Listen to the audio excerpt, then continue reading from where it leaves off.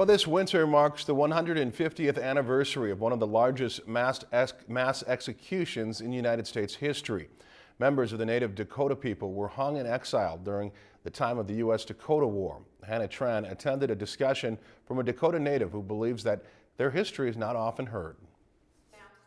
This presentation is unique in scope. A University of Minnesota professor traveled to Crosby to discuss the neglected history of the Dakota, a Native American tribe. Dakota connection to this place and Dakota experiences in this place are not really known by the larger population. Darlene St. Clair is a descendant of the Dakota who were among the first inhabitants of Minnesota thousands and thousands of years ago. I mean, it's a pretty small community. There's four federally recognized Dakota communities in Minnesota and a fifth. But those communities are very small due to dark historical events that drained the Dakota people down to small numbers. There are more Ojibwe people in Minnesota than Dakota people, primarily because of the exile order when all Dakota people were removed from the borders of the state of Minnesota. The Dakota people were exiled in March 1863. It's been 150 years since that event. That event drastically reduced the presence of the Dakota people in the state of Minnesota. A very, very small number of Dakota people stayed and a few trickled back.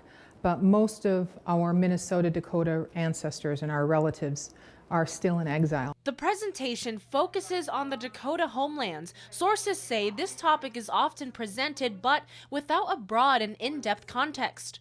She just brought in different facets and just her depth of knowledge and how she speaks at it from a person who really fully understands it.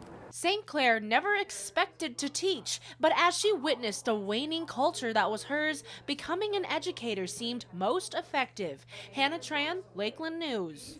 Darlene St. Clair teaches American Indian Studies at the University of Minnesota.